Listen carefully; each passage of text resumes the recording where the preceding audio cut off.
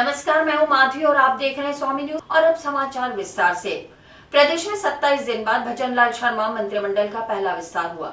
राज्यपाल कलराज मिश्र ने 22 विधायकों को मंत्री पद की शपथ दिलाई। मंत्रिमंडल में कुल 22 मंत्री बनाए गए। इनमें से 12 कैबिनेट मंत्री, 5 राज्य मंत्री स्वतंत्र प्रभार और 5 विधायकों को राज्य मंत्री के रूप में शपथ दिलाई गई। इस मौके पर पुष्कर विधायक सुरेश सिंह रावत ने भी मंत्री पद की शपथ। प्रदेश में 27 दिन बाद भजनलाल शर्मा मंत्रिमंडल का पहला विस्तार हो गया है। राज्यपाल कलराज मिश्र ने 22 विधायकों को मंत्री पद की शपथ दिलाई। कैबिनेट मंत्री किरोड़ीलाल मीणा, गजेंद्र सिंह खींवसर, राज्यवर्धन राठौर, बाबूलाल खराड़ी, मदन दिलावर, जोगाराम पटेल, सुरेश रावत, अविनाश गहलोत, जोगाराम कुमावत, हेमंत मीणा, कन्हैयालाल चौधरी और सुमित गोदारा को कैबिनेट मंत्री बनाया गया। वहीं राज्य मंत्री संजय शर्मा, गौतम कुमार दत्त, जाबर सिंह खर्रा, सुरेंद्र पाल सिंह टीटी और हीरालाल नागर, राज्य मंत्री ओटाराम देवासी, डॉक्टर मंजू भागमार, विजय सिंह चौधरी, के विश्नोई और जवाहर सिंह बेडम कुल 22 मंत्री बनाए गए। इनमें से 12 कैबिनेट मंत्री, 5 राज्य मंत्री, स्वतंत्र प्रभार और 5 विधायकों को राज्य मंत्री के रूप में शपथ दिलाई गई। श्री करणपुर से भाजपा प्रत्याशी को भी मंत्री पद की शपथ दिलाई गई है, जहां 5 जनवरी को वोटिंग है। मंत्रिमंडल विस्तार के बाद माना जा रहा है कि सीएम भजनलाल शर्मा जल्द ही कैबिनेट की बैठक बुला सकते हैं। शहर में चेन स्नैचिंग और लूट की वारदात लगातार सामने आ रही है। 2 दिन पूर्व क्लॉक टावर थाना क्षेत्र के बाहर घटी घटना के बाद अब किशनगंज थाना क्षेत्र में मकान के बाहर बैठी एक महिला के गले पर अज्ञात शातिर ने झपट्टा मारकर सोने की चेन तोड़ ली। अज्ञात बदमाश अपने दूसरे साथी के साथ मोटरसाइकिल पर बैठकर फरार हो गए। इस संबंध में पीड़ित महिला ने किशनगंज थाने में मुकदमा दर्ज कराया। पुलिस ने मामला दर्ज कर जांच शुरू कर दी है। अज्ञात लुटेरे, चैन स्नेचर और चोरों के हौसले शहर में बुलंद होते जा रहे हैं। शातिरों द्वारा दिन दहाड़े चैन स्नेचिंग की वारदात को भी अंजाम दिया जा रहा है। ऐसा एक मामला प्रगति नगर कोटड़ा का सामने आया, जिसमें एक महिला अपने मकान के रैंप पर कुर्सी लगाकर बैठी थी। तभी अचानक एक लड़का पीछे से आया और महिला के गले पर झपट्टा मारकर सोने की चैन तोड़कर ले गया। क्षेत्रवासियों ने शातिर युवक का पीछा भी किया, लेकिन वह दूसरे साथी के साथ मोटरसाइकिल पर बैठकर फरार हो गया। इस संबंध में पीड़ित महिला ने कृष्णगंज थाने में अज्ञात आरोपी के खिलाफ मामला दर्ज कराया। पुलिस ने मामला दर्ज कर जांच शुरू कर दी है। कल दिनांक 29/12 को श्रीमती संपत सोमानी, पत्नी स्वर्गीय श्री श्याम सुंदर सोमानी जी, निवासी है A46 ए ब्लॉक प्रगति नगर कोटड़ा। उन्होंने रिपोर्ट दर्ज करवाई कि दिनांक 28/12/2023 को समय लगभग 4-4:15 बजे मैं अपने घर के बाहर रैंप पे बैठी थी कुर्सी लगाकर। तो अचानक पीछे से कोई लड़का आया और उनके गले की चेन तोड़ के फरार हो गया और वो किसी साथ वाले की मोटरसाइकिल पे बैठ के रवाना हो गया। इस पर मुकदमा नंबर 814/2023 धारा 392 में दर्ज हुआ है, जिसकी अनुसंधान मुझे दी गई है। हमने वहाँ के सीसीटीवी कैमरे चेक किए।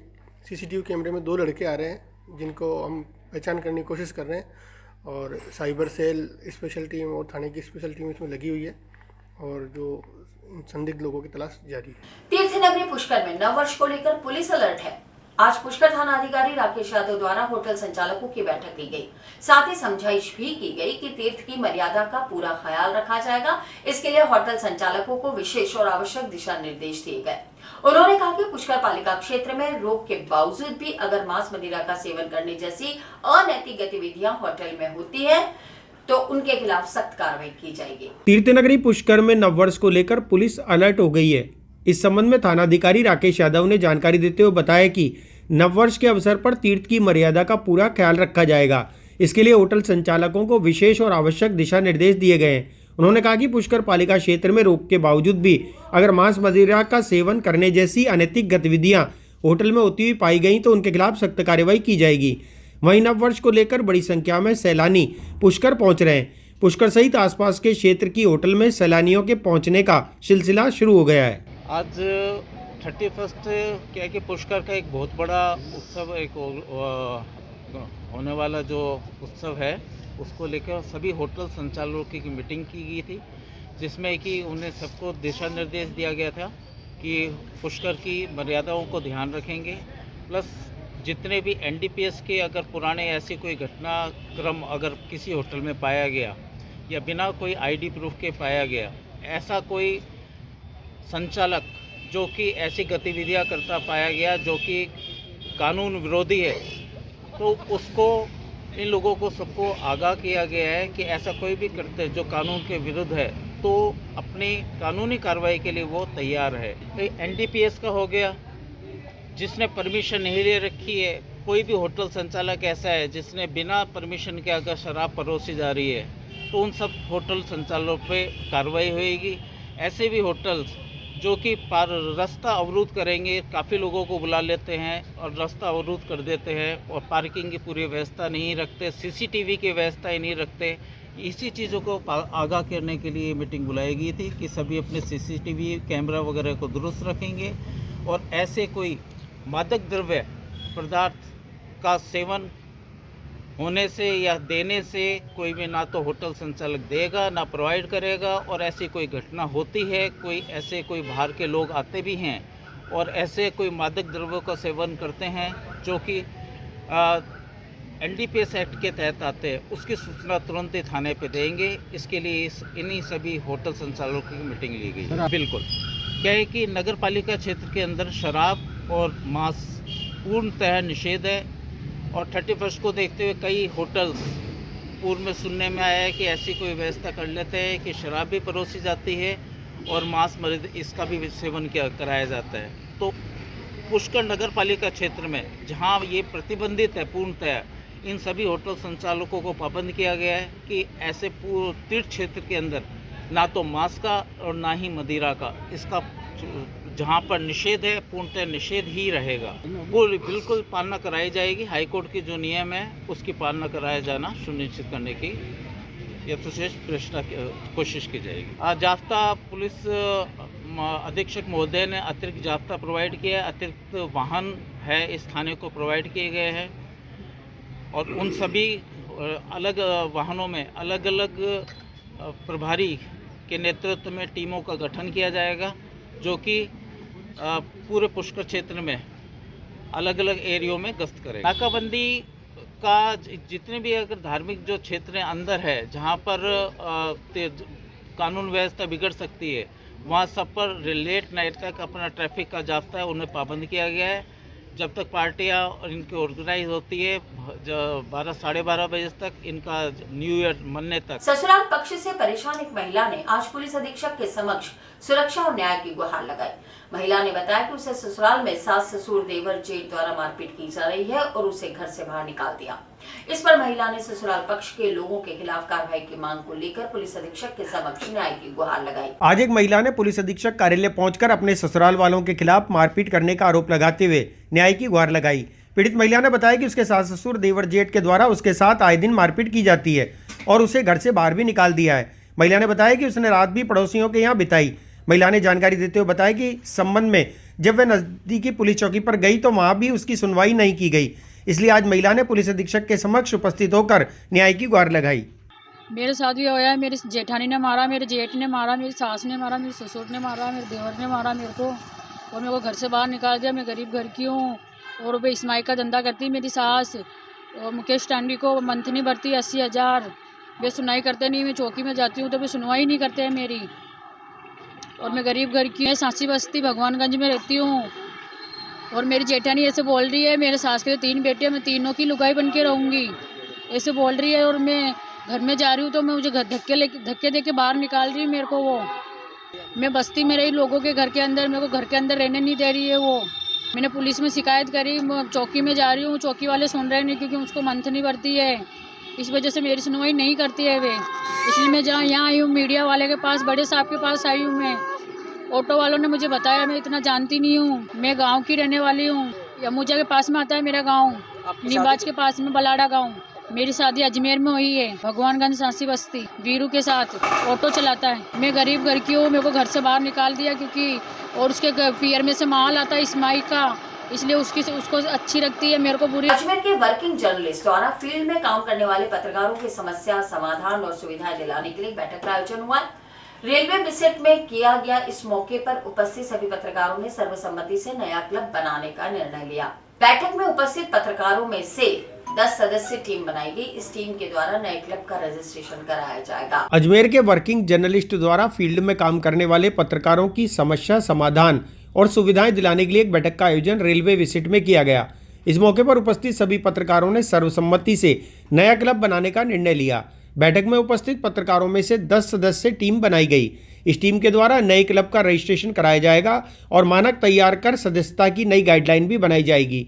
इस संबंध में पत्रकार शुभम जैन ने जानकारी देते हुए बताया कि बैठक में कई महत्वपूर्ण निर्णय लिए गए। साथ ही नए क्लब के गठन होने के बाद वर्किंग जर्नलिस्ट को आने वाली समस्या के समाधान का रास्ता निकाला जाएगा। साथ ही सरकार द्वारा चलाई जा रही समस्त योजनाओं का लाभ भी दिलाया जाएगा। इस बैठक में इलेक्ट्रॉनिक मीडिया, प्रिंट मीडिया के सभी पत्रकार उपस्थित रहे।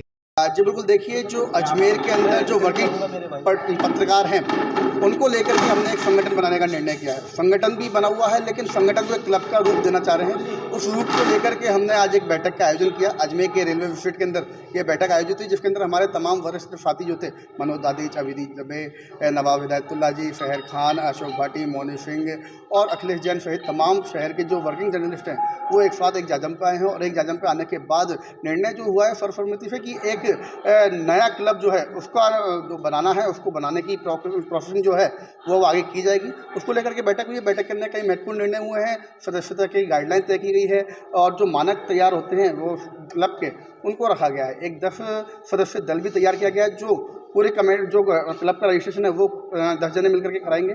और जो प्रोसीडिंग होनी है वो क्या क्या काम करने हैं, किस तरीके से नियम होंगे, क्या कानून होंगे, क्या सदस्यता शुल्क होगा, वो सब वो 10 जनों की कमेटी करी जाएगी।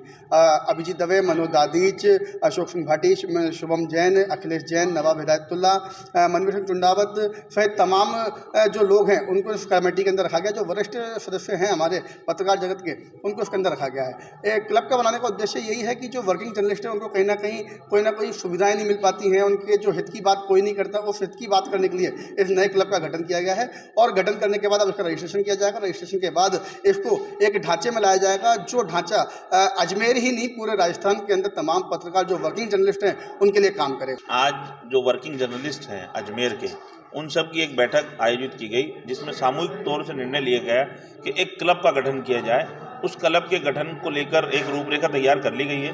शीघ्र ही इस क्लब का एक अमली जामा पहनाकर उसका रजिस्ट्रेशन कराया जाएगा। उसका खास मकसद ये है कि जो वर्किंग जर्नलिस्ट हैं, जो फील्ड में काम करते हैं, उनको कई तरह की समस्याएं आती हैं। उन समस्याओं के निदान के लिए ये क्लब कार्य करेगा। साथ ही ऐसे लोगों को संरक्षण, जो सरकारी योजना है उनका लाभ आम पत्रकार को मिले, उसके लिए कार्य करेगा। साथ ही जो समस्याएं हैं उनका त्वरित समाधान हो। 22 जनवरी 2024 को अयोध्या में श्री रामलला प्राण प्रतिष्ठा कार्यक्रम आयोजित हो रहा है। इस अवसर पर पूरे देश में अभूतपूर्व आनंद का वातावरण है।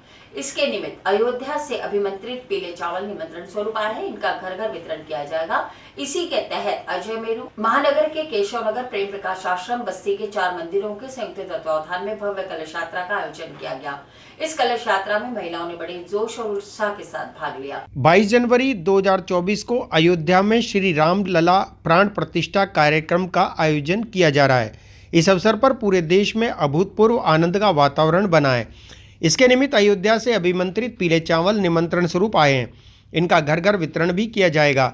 इस अवसर पर महिलाओं ने ढोल बाजों के साथ कलश को अपने माथे पर रख भव्य शोभा यात्रा निकाली। इसमें बड़ी संख्या में महिलाओं और पुरुषों ने भाग लिया। कलश यात्रा के बाद पीले अक्षत्रों को मंदिरों में रखा गया, जिन्हें 1 जनवरी से घर घर जाकर वितरित किया जाएगा। वह संदेश दिया जाएगा कि सभी अपने घरों, प्रतिष्ठानों, सार्वजनिक जगह व मंदिरों में भव्य रूप से दिवाली जैसा त्यौहार मनाएं, भजन कीर्तन करें, सुंदरकांड का पाठ भी करें। कार्यक्रम में विश्व हिंदू परिषद के आनंद गोयल, राजेश आचार्य, इंद्रदेव वैष्णव, अशोक जांगिड़, विकास पारासर, गिरधारी गुजर, नंदकिशोर गुजर, राजेंद्र लालवानी, जय किशन परवानी, शिवजी, सत्येंद्र शर्मा, सपना साधवानी, नरेंद्र कुमार भडाना, राजू जांगिड़, राकेश शर्मा, राधा शर्मा, रेखा वर्मा आदि बड़ी संख्या में सभी समाज के लोग उपस्थित रहे।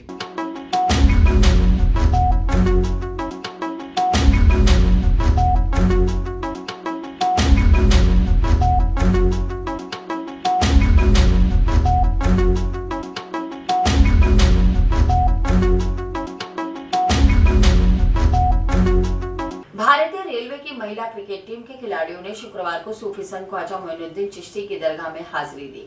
खिलाड़ियों ने मजार शरीफ पर मखमली चादर और फूल पेश कर दुआ मांगी। भारतीय रेलवे की महिला क्रिकेट टीम के खिलाड़ियों ने शुक्रवार को सूफी संत ख्वाजा मोइनुद्दीन चिश्ती की दरगाह में हाजिरी दी। खिलाड़ियों ने मजार शरीफ पर मखमली चादर और फूल पेश कर दुआ मांगी। टीम इंडिया की महिला क्रिकेट टीम के खिलाड़ी Preeti Bose, Mona Mishra, D Hemalatha, coach Simran Dil Bahadur Al Kabir, wicketkeeper Nurja, Parveen, Tanuja और मृदुलता ने दरगाह में चादर पेश की। टीम को खादिम सैयद आरिफ अली चिश्ती ने जियारत कराई। अस्सलाम वालेकुम, मैं नुज़हत परवीन और ये तनुजा कन्वर, हमारी इंडियन रेलवेज़ की सीनियर विमेन टीम आई है क्रिकेट की। दरगाह शरीफ में आज विज़िट की हमारी टीम और मैं इंडिया के लिए खेल चुकी हूँ। ये इंडिया ए के लिए खेली है और WPL के लिए खेल रही है। 14 प्लेयर आए हमारी टीम के यहाँ से जाने के बाद पहले तो हम जयपुर में खेलेंगे और उसके बाद हम पौंडीचेरी में खेलेंगे।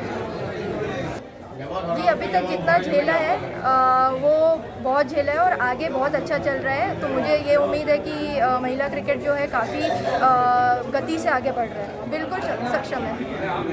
अभी टीम इंडिया की बात करूं तो हम सबकी नज़रें वर्ल्ड कप में, अगले वर्ल्ड कप में, क्योंकि अभी तक एक भी वर्ल्ड कप हासिल नहीं हुई है, तो सबकी नज़रें वर्ल्ड कप में। हम इंडिया रेलवेज़ टीम से सदस्य हैं, यहाँ दर्शन करने के लिए आए हुए थे और यहाँ हमारे राजस्थान में प्रैक्टिस मैच थे। अभी आगे वाले हम पौंडीचेरी खेलने जाने वाले हैं, तो खेलने से पहले हम बाबा के दर्शन करने आए थे और हमारे दर्शन बहुत अच्छे हुए और आगे भविष्य में हम सब अच्छा करें ये कामना करें। यहाँ से अभी हमारे पास 4-5 लोग हैं जो भारतीय टीम के लिए खेलते हैं, जैसे कि हिमलता, सिमरन है और 2-4 लोग ऐसे हैं जिन्होंने पहले खेला हुआ है इंडिया, जैसे मोना दिया, नुज़हत है। तो हाँ, हम एज अ क्रिकेटर हम सबकी। वैशाली नगर LIC कम्युनिटी हॉल में चल रही गोकुलधाम आश्रम के पीठाधीश्वर गुरुदेव श्री वीरभद्र जी महाराज की 5 दिवसीय नानी बाईरो मायरो कथा के दूसरे दिन आज रास प्रवेश के प्रसंग सुनाए। कथा के दौरान पीठाधीश्वर गुरुदेव वीरभद्र जी महाराज ने रास प्रवेश के प्रसंग पर प्रवचन में कहा कि नरसिंह जी का 14 वर्ष की आयु में विवाह हो गया और उनके 3 बालक हुए। नरसिंह जी ने जूनागढ़ में संत व महात्मा के लिए निःशुल्क धर्मशाला भी बनाई। वैशाली नगर LIC कम्युनिटी हॉल में चल रही गोकुलधाम आश्रम के पीठाधीश्वर गुरुदेव श्री वीरभद्र जी महाराज की 5 दिवसीय नानी बाईरो मायरो कथा के दूसरे दिन आज रास प्रवेश के प्रसंग सुनाए गए। कथा के यजमान सत्यनारायण, नलिनी, लड्डा सहित अन्य श्रद्धालुओं की आरती कथा का शुभारंभ हुआ। कथा के दौरान पीठाधीश्वर गुरुदेव वीरभद्र जी महाराज ने रास प्रवेश के प्रसंग पर प्रवचन में कहा कि नरसिंह जी का 14 वर्ष की आयु में विवाह हो गया और उनके 3 बालक हुए। नरसिंह जी ने जूनागढ़ में संत व महात्मा के लिए निःशुल्क धर्मशाला भी बनाई है। नरसिंह जी महाराज जब भजन कीर्तन करते थे तो वो सब कुछ भूल जाते थे, उन्हें सिर्फ भगवान का ध्यान रहता था। पीठाधीश्वर वीरभद्र जी महाराज ने कहा कि सबकी आत्मा में कन्हैया है। गीता कहती है कि कर्म करो, फल की इच्छा मत करो। उन्होंने मंदिर के महत्व और धर्म पर प्रवचन देते हुए कहा कि व्यक्ति को धर्म करना चाहिए, धर्म से अर्थ की उत्पत्ति होती है, जो धर्म करता है उसके पास अपार धन आता है। सभी को मंदिर से जुड़ना चाहिए, मंदिर में जाने से प्रसन्नता होती है। जितने शाम का बनगा फुल्का आराम हो, बढ़िया पनीर रो साग और फुल्का खाओ ने हो जाओ। ये सत्य घटना है। हमने हमारे जीवन में, यहाँ बैठे अधिकतम व्यक्ति जिन्होंने उम्र ली है, हमने हमारे जीवन में इतनी मस्ती, हमारे जीवन में विद्यालय इतना महत्वपूर्ण नहीं होता था, स्कूल की कोई महत्वता ही नहीं थी। और आज महाराज स्कूल के अलावा किसी की महत्वता ही नहीं है। बच्चे के पास में उसका जीवन है ही नहीं।